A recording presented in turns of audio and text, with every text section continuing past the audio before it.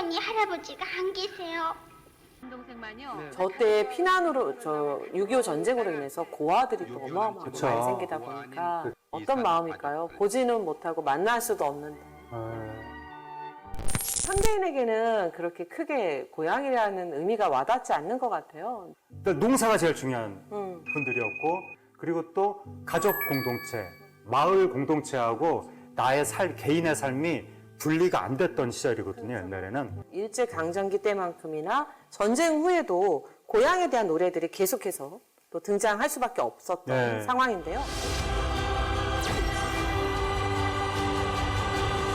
1942년 우리나라엔 찔레꽃 외에도 고향을 이야기하는 노래들이 또 있거든요. 네. 함께 들어보시죠. 예.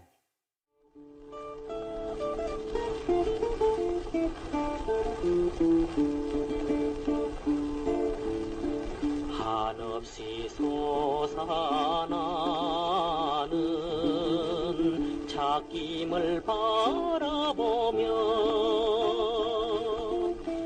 내 고향 논두렁에 흙김이 그리보나.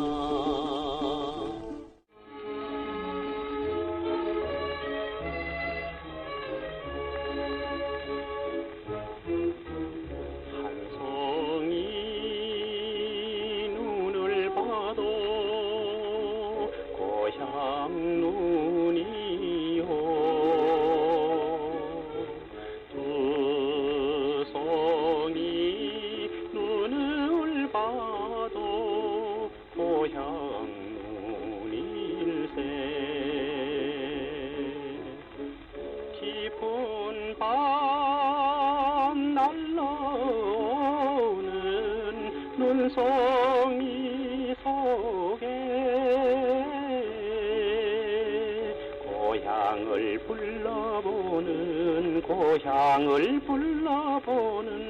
젊은 푸념만.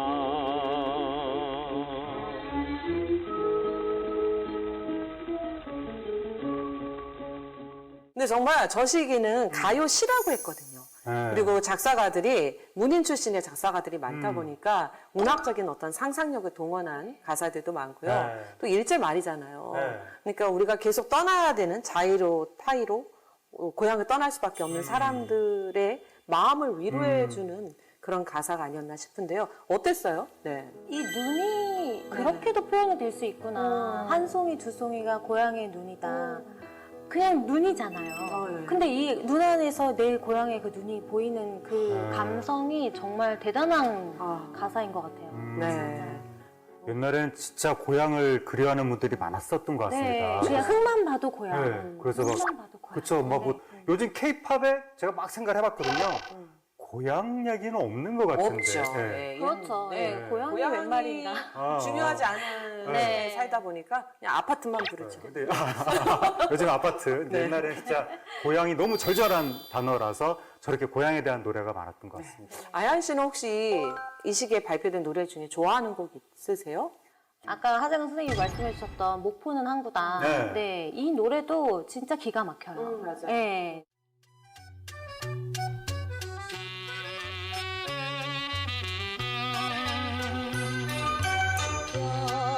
영산강 안개 속에 기적이 울고 사막도 등대 아래 갈매 기우는 그리운 내 고향 목포는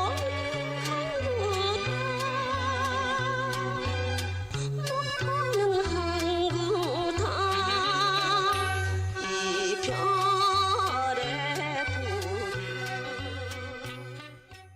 이 노래도 1942년에 발표가 됐던 그런 노래였는데 고향에 대한 그리움을 담고 있었죠. 맞습니다. 이남영 씨의 목포의 눈물이 굉장한 인기를 얻고 목포는 항구다, 그다음 목포의 추억까지 목포 시리즈가 네. 일제강점기의 대단한 목포의 그 대표적인 유행가였는데요. 그런데 여기서 반전. 찔레꽃이 사랑받은 시기가 사실 일제강점기가 아니었다라고 해요. 맞아요. 이 노래는 계속 전해져서 시간이 지난 후에 또다시 재조명된 곡이에요. 이 곡이 전 국민에게 가장 인기를 많이 끌었던 건 발매한 지 한참이 지난 1950년대 이후였어요. 이해가 안 되는데 이렇게 칠레꽃불 이렇게 좋은 노래가 자꾸 이렇게 하시면 저한테 이렇게 왠지 이래야 될 것 같아요. 그러게요. 이렇게 좋은 노래가 왜 그때 히트를 안 하고 나중에서 히트를 했을까? 네. 사연이 있는 건가요? 일제강점기 때 만주로 간도로 떠나면서 가족과 이별하던 사람들이요. 우리가 또 이번에는 전쟁으로 또 한번 고향을 떠나야 했잖아요. 그러다 보니까 1950년대 그 6.25 전쟁의 어떤 여파로 고향에 대한 그리움이 더 커졌다는 생각이 드는데요. 6.25 전쟁, 한국전쟁으로 마주해야 했던 이별의 참상을 잠깐 살펴보시죠. 1950년 6월 25일 북한 괴뢰는 평화로운 새벽 정막을 깨뜨리고 소련제 전차를 저희 아버지도 실향민이거든요. 네. 저희 이제 어머니, 뭐 아버지 다 40년대 생이시니까 6.25를 직접 겪으셨단 말이에요. 북한 저기 막 피난 가시는 모습인가 보네요. 감행했습니다. 그때 거의 민족 이동이라고 할 정도로 많은 분들이 피난을 갔었죠. 천상이죠. 처음에 북한군 밀려 내려올 때는 피난 못 간 분들이 많아서 그렇죠. 그때는 이제 금방 끝날 거라고 네. 생각을 했고, 나중에 이제 1.4후 때 본격적으로 이제 맞습니다. 수많은 분들이 이제 피난을 가면서 휴전협정 할 때까지 거의 3년 정도를 고초를 겪었죠, 우리나라가. 근데 3년, 우리가 말이 3년이지. 그렇죠. 예. 3개월도 힘들 것 같아요. 3일도 어렵죠.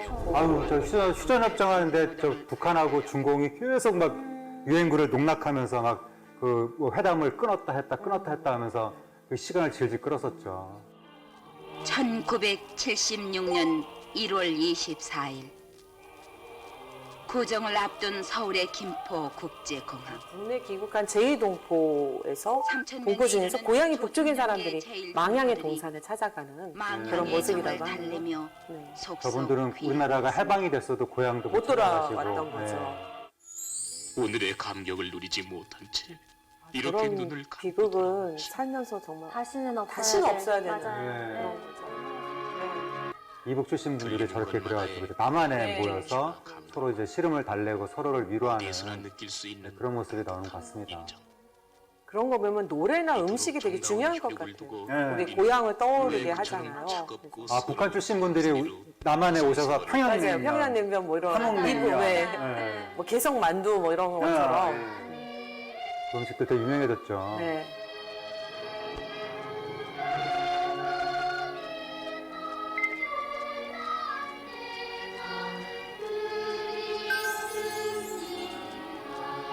비둘기를 날리는 모습이네요. 네.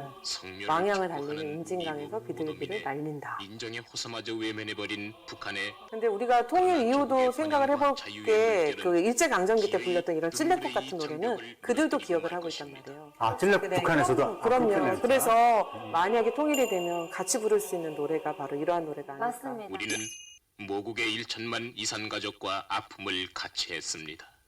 저는 할머니, 할아버지가 안 계세요. 안 계신 것이 아니라 계셔도 만나 뵐 수가 없어요. 저희 할아버지랑 할머니는 38선 너머의 원산에 사신대요. 근데 정말 왜 이렇게 아이 키워보면 알잖아요. 그러니까 정말 항상 이 마음속에 이렇게 어떻게 보면은 이렇게 묵직한이 있잖아요. 그럼요. 네. 근데 못 만난다라고 생각을 하면 상상만 해도 끔찍합니다. 다들 저렇게 막 우시네요. 네. 안 울 수가 없죠. 저런 이를 상황에서. 지켜보는 우리의 온 국민들이 마음이 찢어지네요. 같이 치러야 할 아픔으로 아, 이건 이산가족 이산가족 네. 80년대. 1983년. 하는 감격의 기쁨은 온 세계로 저 장면은 퍼져나갔습니다. 뭐 봐도 슬프고. 네. 네. 남동생만요. 저 때 피난으로, 6.25 전쟁으로 인해서 고아들이 또 어마어마하게 그쵸. 많이 생기다 보니까. 그 기금이 초콜릿 하던 네. 시절이에요. 작년에 저 때가. 기막힌 인고의 저 생활 꿀꿀이죽 먹던 맞아요. 시절. 속에서 네. 그리던 혈육을 찾는데 성공했습니다. 철조망 앞에서 막 동력 하늘 아래 남아있는 부모 형제 생사조차 몰라 애타하는 어떤 마음일까요? 보지는 못하고 만날 수도 없는데. 네. 현대인에게는 그렇게 크게 고향이라는 의미가 와닿지 않는 것 같아요. 근데 그 시절 사람들에게는 고향은 굉장히 맞아요. 큰 의미였을 것 같고요. 그렇죠. 옛날 분들은 일단 농사가 제일 중요한 분들이었고 농사가 땅에서 짓는 거잖아요. 그 땅이랑 결부된 그리고 또 가족 공동체, 마을 공동체하고 나의 개인의 삶이 분리가 안 됐던 시절이거든요. 옛날에는. 그러니까 고향에 가면 내 공동체가 있는 거예요. 근데 내가 거기서 떠나온다는 것은 내가 그 공동체에서 분리돼서 외톨이가 된다는 뜻이니까 굉장히 막 불안하고 거대한 세파에 휩쓸려 가는데 그렇게 휩쓸려 갈 때마다 내 고향은 나를 따뜻하게 반겨줄 텐데 이런 생각을 하면서 그리워하고 위안도 받고 그랬던 것 같습니다. 일제강점기 때만큼이나 전쟁 후에도 고향에 대한 노래들이 계속해서 또 등장할 수밖에 없었던 네. 상황인데요. 대표곡 중에 하나가 한정무의 꿈해본 내 고향이죠. 네.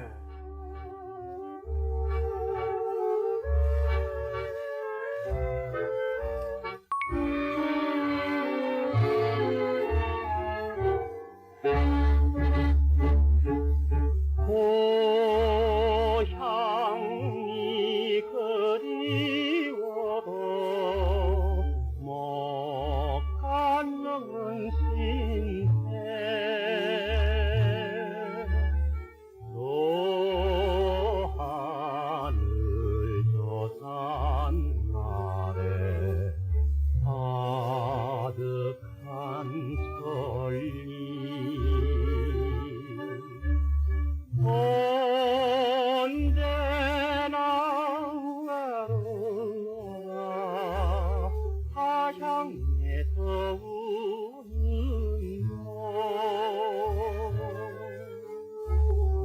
우는 매번 내 고향이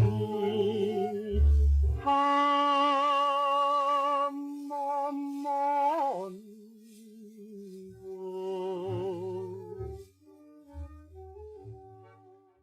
돌이켜보면 우리가 정말 고향의 상실을 계속해서 겪어왔다는 것을 알 수가 있는데 일제 수탈, 뭐 북한도 가고 그런 다음에는 전쟁이 와서 피난 가고 전쟁이 끝난 다음에는 도시화, 산업화해서 또 막 도시로 떠나가고 그러면서 계속해서 고향을 이뤄왔는데 그 모든 시대를 관통하는 고향을 떠나온 그 이별의 이야기 그러한 것들을 계속 대중문화로 표현을 하고 대중문화 콘텐츠로 위안을 받으면서 그렇게 살아왔던 것 같습니다. 맞습니다. 그리고 광복 이후 다시 재조명되면서 인기를 끌어올린 노래가 바로 찔레꽃. 이렇게 인기를 끌고 60년대 노래의 좀 특징 중에 하나가 뭐냐면 노래 내레이션이 좀 같이 들어가요. 네. 그래서 내레이션이 들어가기도 했는데요. 해방 이후인 만큼 일제강점기의 참상을 좀 더 적나라하게 그리고 있습니다.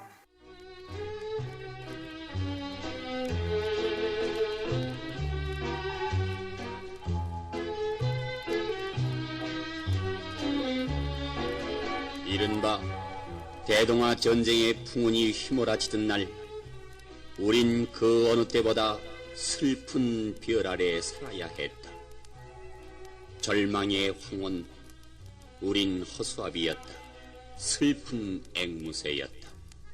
광란의 전쟁 앞에 바쳐진 슬픈 재물이었다. 정거장마다 목이 메어 미친 듯 남의 군가를 부르며 남의 전쟁터로 끌려가던 젊은이들의 충혈한 눈동자가 그 절망의 황혼을 보고 있었다. 산에 올라 소나무 껍질을 벗기는 근로 보국대의 하룻날 어린 소년들은 점심을 굶었고 고갯마루를 오르는 목탄 차는 일제의 마지막 숨결이냥 허덕였지. 초기의 취입 버전에는 없었는데요. 이후에 백나연 선생님이 공연을 많이 다니시다 보니까 멘트가 필요하겠다라고 생각을 하셨대요. 그래서 김규성 작곡가와 함께 만들었다고 합니다. 이 노래가 이토록 오래 사랑받은 데에는 역시 낭랑한 목소리로 노래를 부르는 백나라 선생님의 공이 큰데요. 네. 아까도 전 들으면서 굉장히 따뜻하다라는 느낌이 들었어요. 뭔가 이렇게 쇳소리가 아니라 굉장히 포근하게 감싸주는 목소리라는 맞아요. 느낌이 좀 맞아요. 들었었거든요. 백나라 씨가 어떤 가수였는지 우리 아얀 씨가 직접 소개를 해주시죠. 백나나 선생님은 1965년도에 출생을 하셨고요. 제주도 한림읍 명월리에서 탄생을 하셨습니다. 그래서 14살 무렵에 태평 레코드와 조선일보가 주최한 콩쿠르 대회에서 2등을 하면서 가수 데뷔를 하신 거예요. 지금 콩쿠르 나왔잖아요. 네. 근데 그때 기사들 보면 콩쿠르라는 타이틀을 달고 네. 굉장히 다양한 오늘날로 치면은 뭐 미스터 트롯, 경연대회. 미스 트롯, 네, 네, 오디션 네, 프로그램인데요. 경연대회 출신 스타시죠. 경연대회 아. 출신. 네. 네, 맞습니다. 그래서 그런 타이틀을 달면서 레코드사의 바로 소속 가수로 영입이 됐던 시절이에요. 그래서 백나라 선생님이 1940년 태평 레코드사에서 낸 첫 번째 음반이 오동동 극단부터 이제 히트를 해가지고요. 항화다방, 망양초사라, 그다음 견우직명 이야기 담고 있는 직녀성 이런 노래들도 계속해서 히트를 하게 되죠. 그러면서 태평 레코드사의 대표 가수로 등극을 합니다. 아얀 씨는 백나나 선생님의 노래 중에 어떤 노래를 가장 좋아하시나요? 단연 찔리꽃을 가장 좋아하죠. 예, 가장 많이 부르기도 하고요. 네. 근데 선생님 노래 중에 너무 좋은 곡들이 많아요. 네. 네, 그래서 뭐 찔레꽃, 아리랑낭낭, 낭낭 18세 요 세 곡은 네. 제가 거의 뭐 메들리로 듣습니다. 네. 네. 그 중에 뭐 한 소절 부탁드려도 실례가 안 되나요? 그러면 이제 낭낭 18세 아, 한 예, 소절 그럼 불러드리도록 하겠습니다. 저고리 고름 많아지고서 누구를 기다리나 낭낭 18세 버들 입지는 앞기울에서 소쩍 세울 때만을 기다립니다. 소쩍꿍 소쩍꿍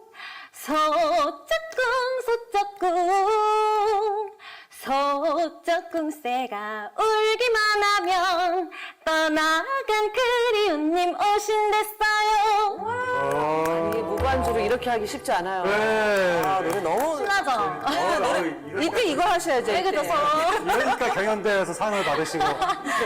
부럽습니다. 백나나 선생님하고 음색이 비슷한가 싶기도 하고 낭낭한 느낌이. 아, 너무 감사합니다. 그런 느낌이 그렇게 들기도 말씀해 하는데 주셔서. 네네네. 혹시 뭐 백나나 선생님하고 DNA가 무슨 너무 그랬으면 연결이 돼 있는지 아니면 어떤 무슨 인연이 있는지 그것도 궁금합니다. 네, 그런 건 없어요. 진짜 너무 만나 뵙고 싶은데 예, 이미 돌아가신 지 오래되셔가지고 예, 너무 일찍 돌아가신 것도 있어요. 예, 그래서 많은 분들이 정말 많이 안타까워하셨습니다. 네. 백나나 선생님이 어떤 모습으로 활동하셨는지 많은 분들이 궁금해하실 텐데요. KTV에 자료가 남아있거든요. 네. 함께 보시죠. 꽃가마에 울렁줄렁 시집가는 아리랑 고개. 오늘도 새신랑이 조랑말 타고 장가간다는 아리랑 낭낭입니다. 저분이 박시춘. 이 노래가 정말 너무 예, 통통통통이래요. 아, 아리랑 고개 꽃바마에 있으니까 시집가는 아리랑 고개 아리스리랑 아리랑 고개는 대아시 고개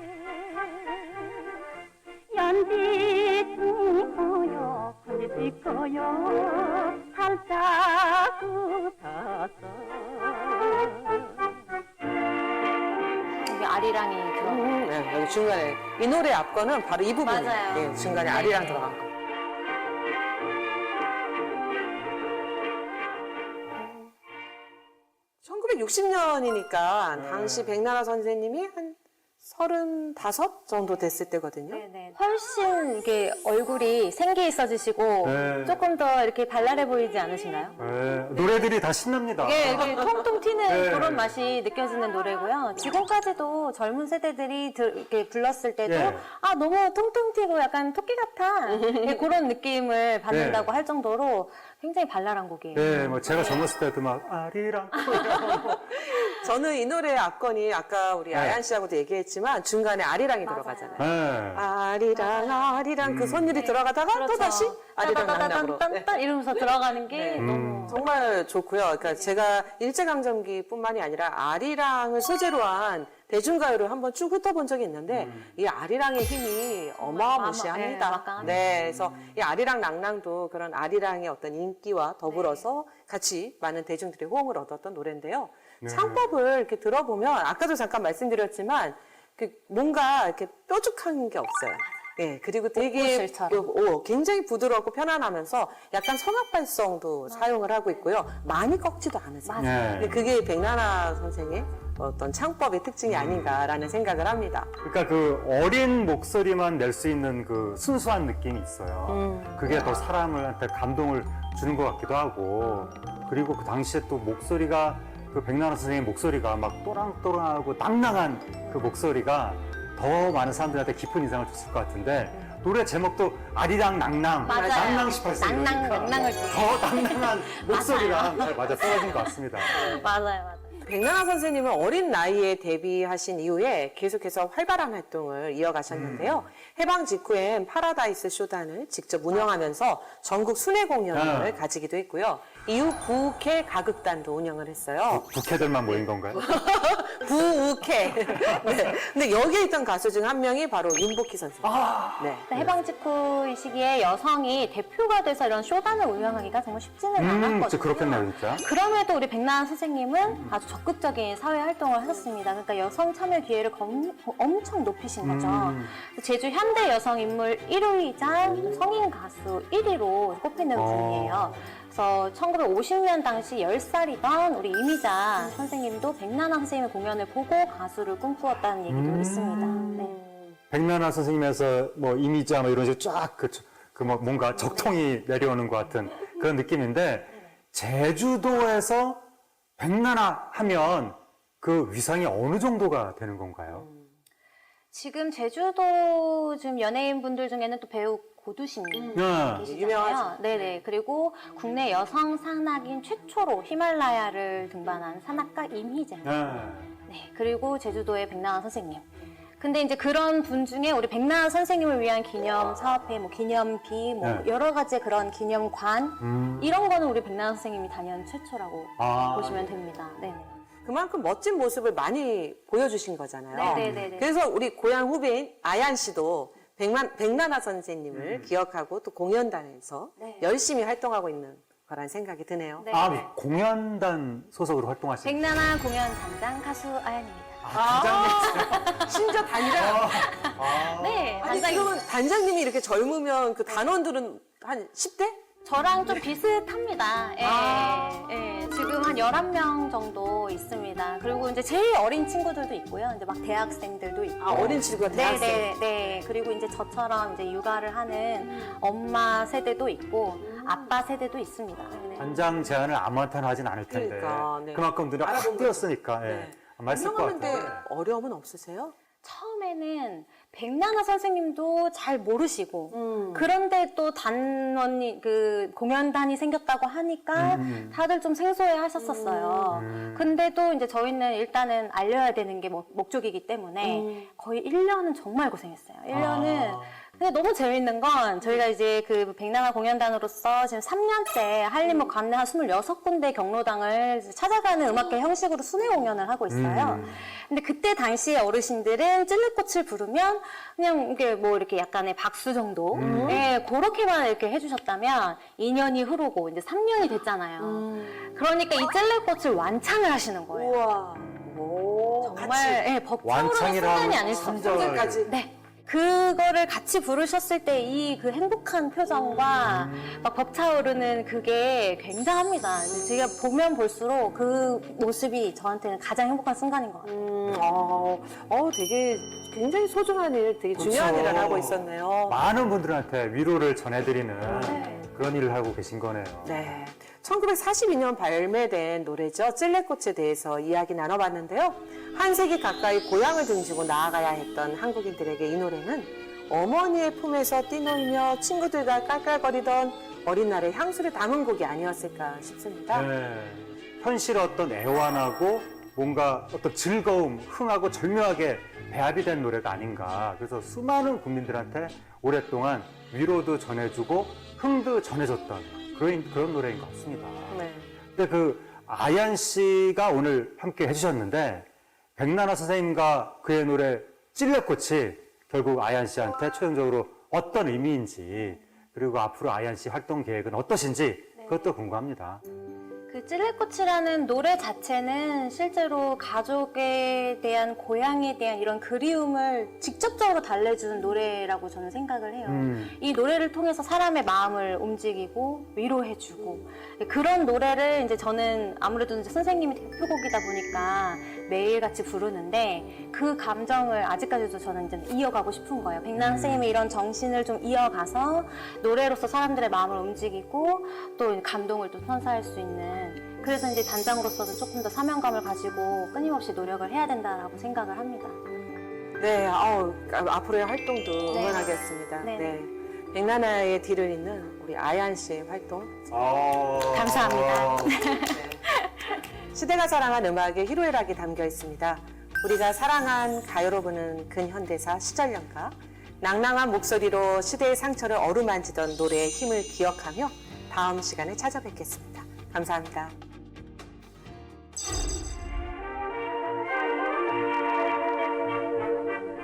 진달래 핀 날이랑 고개 나물 캐는 말이랑 고개